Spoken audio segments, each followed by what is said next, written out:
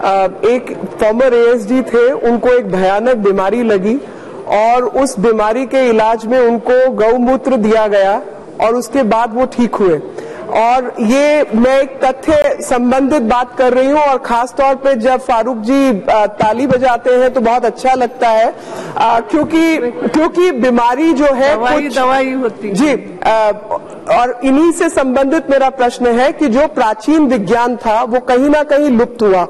उस प्राचीन विज्ञान को आधुनिक भाषा में आधुनिक लोगों को समझाने के लिए खास तौर पे गौ और मवेशियों से संबंधित क्या सरकार की कोई योजना है कि उस पर रिसर्च के माध्यम से उन चीजों को सामने लाया जाएगा? राष्ट्रीय बोमाइन उत्पादकता मिशन के तहत एक जोनेमिक केंद्र की स्थापना करनाल में हम कर रहे हैं और भी उसके तहत 3 और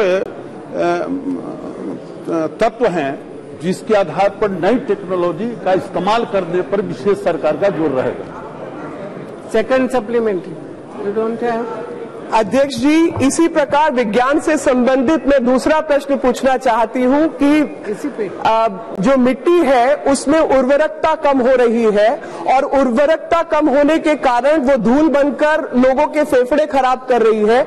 उसमें सिलिकॉन की मात्रा कम हो पाए और ह्यूमस की मात्रा बढ़े और वो सब संबंधित है जो कि गोबर इत्यादि को अगर हम उसको खाद के रूप में प्रयोग करें और वेस्ट टू एनर्जी प्लांट्स जिसमें मेथनाइजेशन के द्वारा जो गाय निकाल दी जाती हैं और उनके साथ जो भी हादसे होते हैं, जो कल भी बात हुई, तो वेस्ट टू एनर्जी प्लांट्स को लेकर मेथनाइजेशन प्रोसेसेस के द्वारा पर्यावरण के संरक्षण संबंधित मिट्टी के अंदर ह्यूमस की मात्रा बढ़ाने के लिए भी सरकार की कोई योजना है क्या?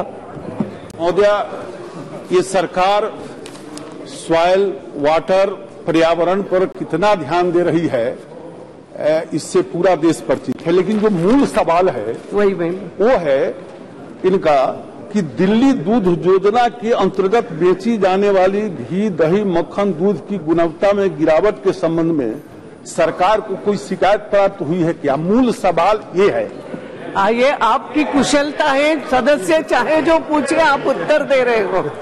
ये दूध के ऊपर से एकदम गोमूत्र पे आ गए हैं, सदस्यों को भी सोचना पड़ेगा इन बातों को। ये बात बिल्कुल सही है, आपकी कुशलता है, मैं उसकी दाद देती हूँ।